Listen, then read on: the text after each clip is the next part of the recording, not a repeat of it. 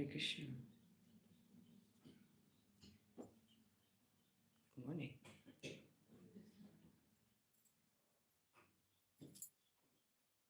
I remember when I first came to a holy name immersion, I looked at the schedule and Japa in the morning was about 5:30 till 7. The first thing I thought was, it's not enough time for me to finish my rounds at all. And when I came, I realized that that's not the point. The point is not to come and kind of like rush through as many rounds as you possibly can before the day swallows you up. The point was to come together and be intentional. First thing in the morning to kind of take a moment, because during that holy name immersion, Sacinandana Maharaj was bringing up a point, I'm sure the Bhaktivinoda Thakur, that our japa should be done with patience, which also then implies that we're not simply kind of running the marathon through the japa kind of mindlessly. Do we know what we've chanted, how many rounds we've chanted, any of those things? So we're kind of striking a balance between mindlessly running through japa, but also not going so slow that our minds are never present.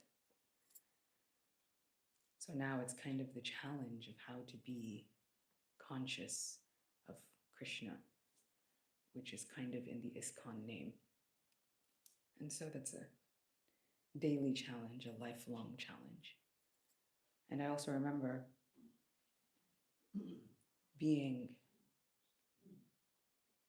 young and growing up in Krishna consciousness, the way to kind of look really good when we were chanting japa was to have such a concentrated look on your face, you know. Everything is puckered, eyebrows are kind of drawn down, everything is very, very, very serious. And my sister-in-law was in Gurukula, and she was saying that sometimes the teachers would give kind of accolades and praise for those who were really chanting some concentrated japa, which then caused a lot of the children to really adopt the most puckered faces and the most like kind of like really going back and forth. And now I come to a stage in life several decades later where japa should not be so grievous, shouldn't be so incredibly grave and difficult. We were answering so many questions yesterday about why we chant japa. Why are we chanting? What are our motivations? Honestly, realistically, not in a mood of shame, but in a mood of bringing the mind to an understanding of what are we doing and why are we doing it? Because even if no one else ever asks, we should be asking ourselves. But eventually, someone will ask, whether it is from external or internal. Someone will wonder, why have you been doing this all this time? Is there even any hope? What have you gotten by doing all of this?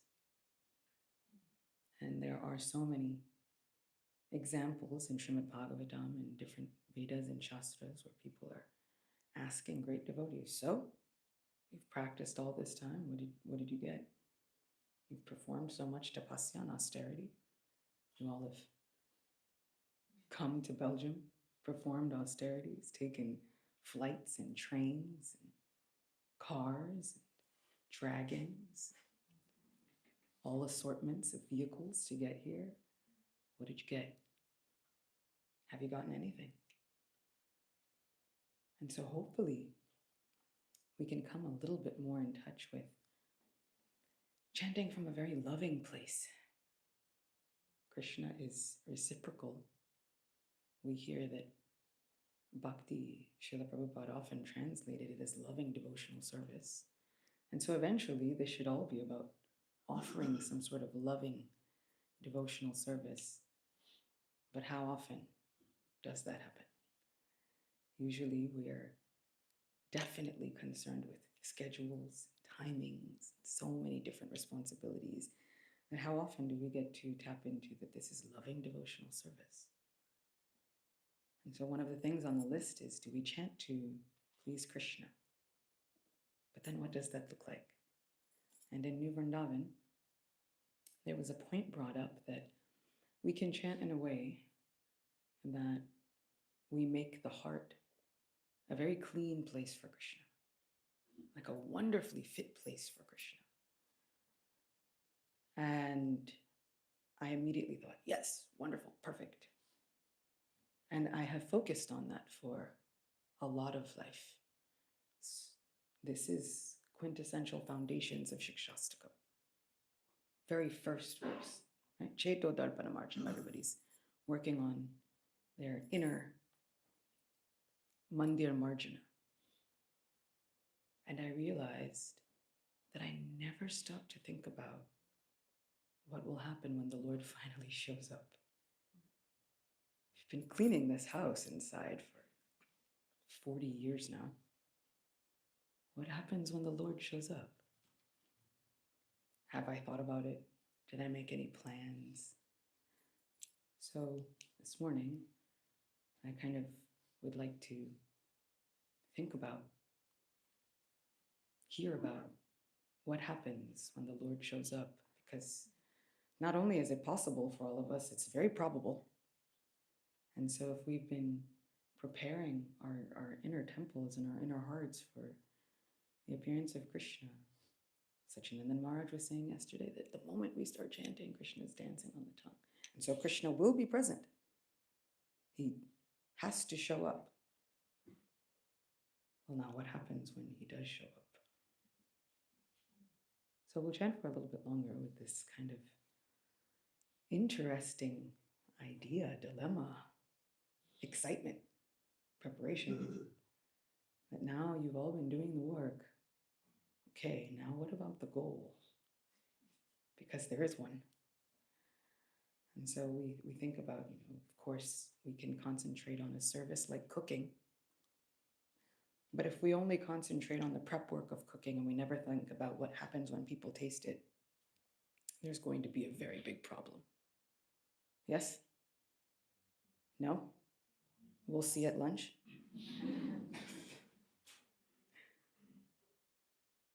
So we can think about, we've been doing this prep work, but now we can also keep the goal in mind. So with that intention, we can chant the Panchatattva mantra together and chant for a little bit longer before we hear about what happens sometimes when the Lord shows up. Jaya Shri Krishna Chaitanya Prabhu Nityananda Shri Advaita Gadadhara Shivasadi Gaura Bhakta Vrinda Hare Krishna.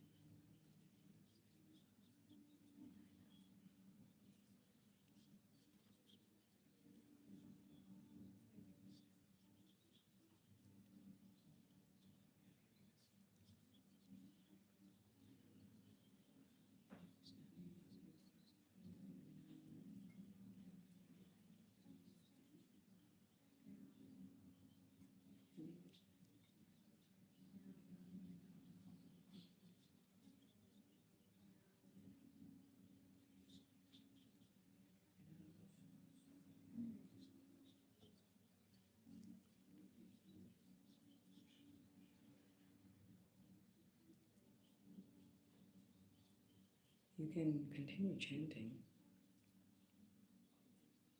and we can think about how it's going. I feel like I'm sensing some rising panic, almost as though, what happens if I want to think about the goal, but the mind doesn't want to cooperate? It's okay. Use it.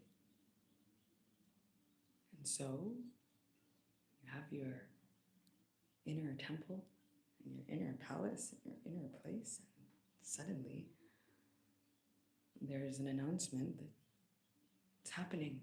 Krishna's coming. Maybe there's a dust cloud on the horizon from his arrival, which lets you know that it's imminent. Maybe your mind is thinking about grocery lists, so no problem, use it. Because you should give the Lord something when he gets there. Sometimes your mind is thinking about even other people. It's okay, use it. So sometimes, even in my own, I was asking my friends for help. I'm a very small human. And so sometimes I have to ask people to help me reach things on high shelves. That's all the time. Use it. We can only get through this together. So if the mind brings up someone, see if you can engage them in the service. I happen to be friends with Ananda and Yogi who are very strong. Can you move this table? I need to get it from this room to the next room because our Krishna is coming. Since we're all here together, he's going to appear in our midst. Why not help each other? So don't panic if the mind feels like it doesn't want to cooperate. The mind's job is to be active. So let it be active. We can be creative and use the mind in the service. So if you're a person who cooks, cook something. If you're a person who likes shopping, think about what gift will you give your Lord when he arrives. If you're a person who likes building, build something. A nice handcrafted chair. A really nice handcrafted flute. I hear that Krishna likes those very much. But the point is, we don't have to panic. We can simply kind of engage the mind in the way that it's already going.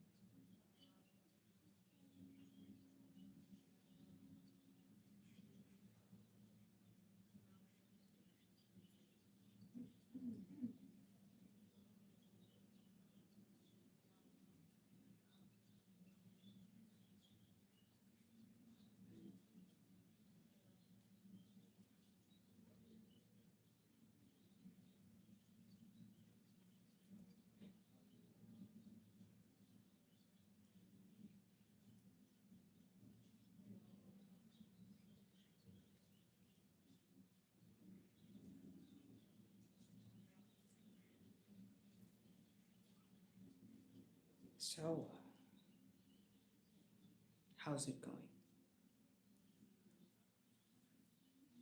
So.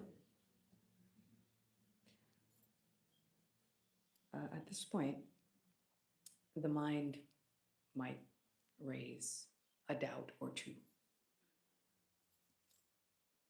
Sacinandana Maharaj was saying that Srila Prabhupada has told us that the moment we begin chanting, Krishna appears on the tongue.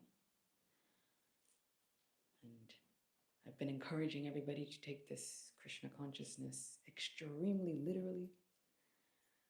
And so this whole morning guided japa has been about Krishna is coming. But the mind may wonder, is that really? Also, why? Why would Krishna come see me? After all, I'm me, and Krishna is God, and Acyuta Gopi is a crazy person. Why should I listen to her? It's a very natural doubt to have, and one that I feel plagues many people, or so they tell me, that sure, we are to believe that Krishna is all attractive and he has so much love for so many living entities. Why me? What did I do? What have I even done that could be so comparatively interesting to make the Supreme Person stop whatever they're doing to come and see me? Feel natural? Yeah. And the pages of Srimad Bhagavatam give us a little bit of insight, thankfully. And one thing that I want us to really, really meditate on and think about when we hear any of these next wonderful things that we'll hear and passages that we'll hear is that whatever Krishna says and does, Bhagavatam says, is true. Not only for that time and for that devotee, but it is true throughout all of time for all devotees. This is why Krishna does it, because he happens to be the absolute truth.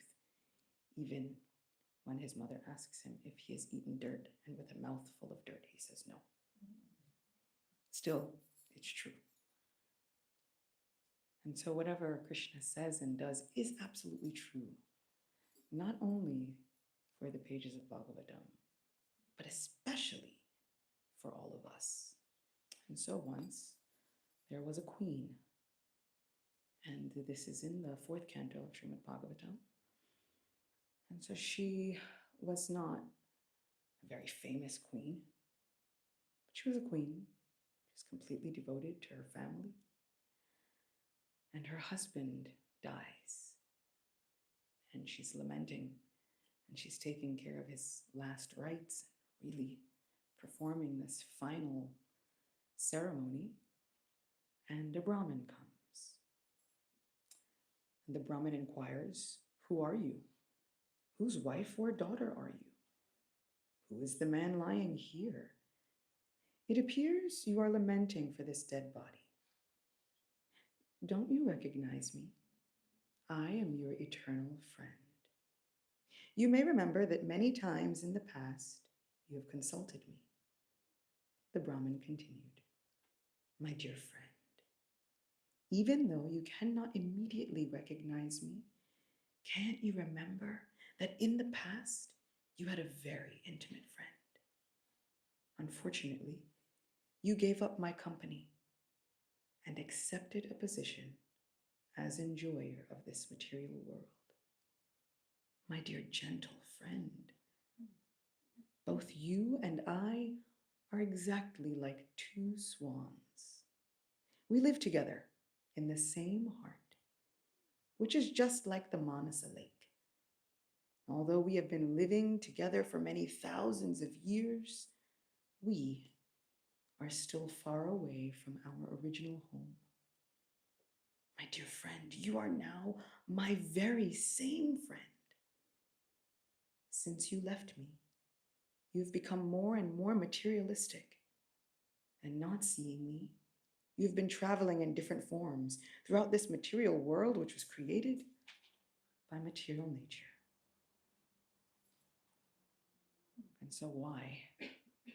Because Krishna is our very dear friend and a very old friend. And so from the pages of Srimad Bhagavatam, Krishna is asking us, at least can't you remember that at one time you had a very dear friend? You are my same dear friend that you were before. Krishna says in Bhagavad Gita, many, many lifetimes you have passed, and I can remember them all, and you cannot. And in no way is Krishna judging Arjuna in that moment, simply reminding him that, don't you remember, this is not the first time we've been friends. We've been friends unendingly. And we've been friends just so that I can travel with you, no matter where you are, no matter where you go, no matter what you do. My dear spiritual master says that everyone has a Paramatma, the super soul, Krishna, that lives within the heart. And that Paramatma is specific to every single living entity. And that Paramatma has no other job than to just be there for you, to be your friend, to somehow care for you, have loving exchanges and conversations with you. This Paramatma never leaves you. And so while we might think God has many, many important things to do throughout the universe, the most important thing our Paramatma has to do in all of the universe is simply to interact with us. So as we continue, when our Krishna comes, not if, because when, it's inevitable now, what is the first thing you'll do? What sense do we use first? Do you want to look at Krishna unblinkingly? Would you like to hear the sound of Krishna's voice? Me particularly, for a long time, whenever I've asked myself this question, I'm really, really linked with my sense of smell. And so I need to figure out how all of these wonderful scents come together in the form of Krishna. I've heard many passages, honey, camphor, sandalwood, agru, all of these things, but how do they form together into this magical scent that is Krishna? Are we thinking, what does the air feel like around Krishna when he appears? So, which sense do you use first? What do you do? Wonderful Yudhishthira Maharaj, who's the cousin brother of Sri Krishna, when Krishna appeared, and Yudhishthira had been waiting for Krishna to appear. Yudhishthira was so lovingly overwhelmed that he forgot everything that he wanted to do. Are we like Yudhishthira? Do we finally have a fan moment where it's, you're here? It's a complete blank. Little Dhruva Maharaj also had a complete blank. So no worries, Krishna is used to it. He won't think badly of you. Do we have a moment where you just kind of want to reach out? Oh, this is real. It's happening. So let's chant together for a little longer and get excited. What do we do first? What do we think first? Are there goosebumps? Is anything happening? What does Krishna look like when he appears? Not only is he this wonderful, gorgeous color, but his effulgence is the same color. Light and dark at the same time. What happens? Golden garments. When he appears, not if. Because, don't you remember, at least, that you had a very dear friend? Jaya Shri Krishna Chaitanya Prabhu Nityananda Shri Advaita Gadadhara Srivasadi Gaura Bhaktivinoda Hare Krishna Hare Rama.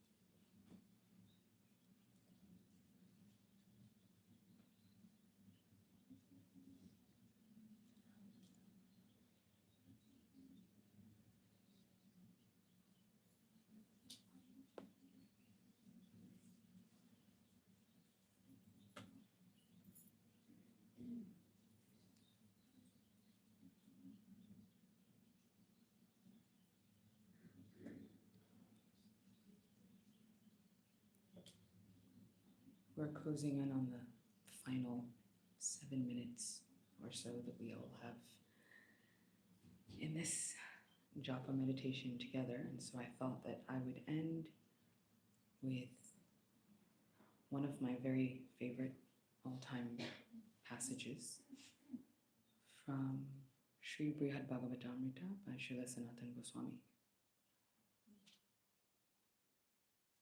Yesterday on the list of reasons and motivations why we chant, there was to please Krishna. And we understand that we've kind of been plopped in this material existence. Yes, by our own fault. But we have kind of been like dropped here. And we understand what we've been going through in this material world journey. Yes? And now we have some hope. Krishna is coming. But what did the separation feel like for Krishna? When we think about chanting to please Krishna, what does it feel like for Krishna when his near and dear ones are finally chanting his holy name again? So there is a young boy named Gopi, and he travels all the way to see the Supreme Person. And Sanatana Goswami writes about what the Lord says to this young boy when he sees the Lord. The Supreme Lord said, "Welcome, welcome, my dear boy. I am fortunate, most fortunate to meet you here. For so long, I have been eager to see you. My dear friend, you have passed many lifetimes without paying any attention to me at all. For so long, hope had me dancing like a fool, thinking perhaps in this lifetime, or this, or this, or this, he will finally turn his face toward me. But I could find no pretext on which to bring you to my abode, dear brother, and still follow the timeless laws that I myself have created. You showed me no mercy. And as I considered this, I grew impatient, full of anxiety to receive your favor. So I transgressed my eternal code of conduct and arranged for you to take your current birth. Dear boy, in that divine district of Govardhan, my most beloved abode, I myself became your guru, known by the name Jayant. Today, you have at last fulfilled the desire I have harbored for so long. Please nourish your happiness and mine by staying here forever."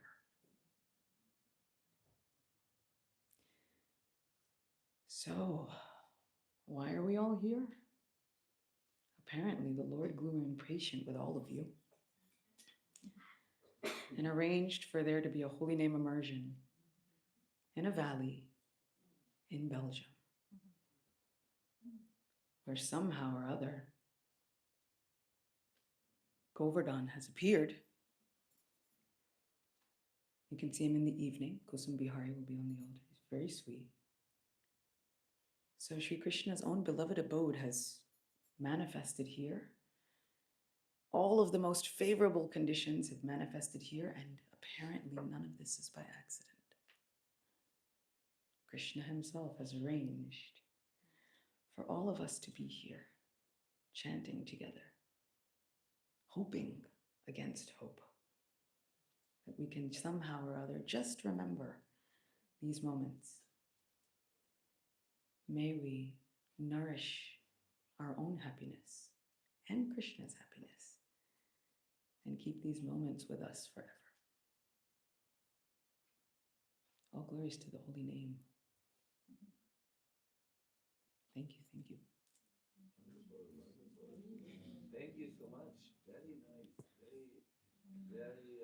fulfilling.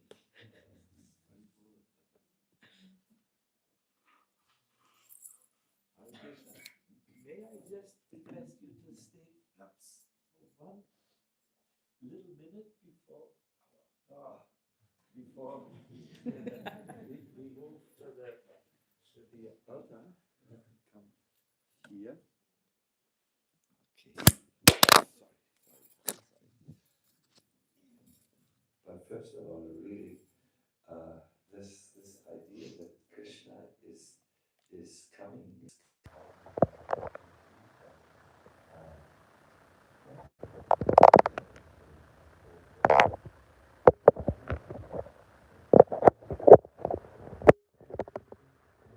Anticipatory is the thing in English, right? Where you anticipate the Lord's coming. That's very, very useful to make the bridge for Krishna to come. Krishna wants to come, but our mind is thinking it's an impossibility that he comes.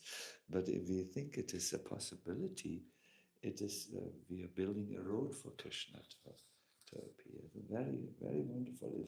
And it is spiritually absolutely correct. I think we remember Acyuta Gopi's quotations from scripture. It is not just some hopeful thought, but it is true. Thank you. Really, very, very wonderful. I want to just say, as you know, at 7:15, there is the darshan in the temple. There's a brief announcement. Please take note. Throughout these holy name immersions, and previously they were just Japa retreats, we always thought that you're sitting very long, so you need to move a little. And now we found the solution. At 10:15, it's here in this community or kirtan hall, Ananda Murti Prabhu, perhaps assisted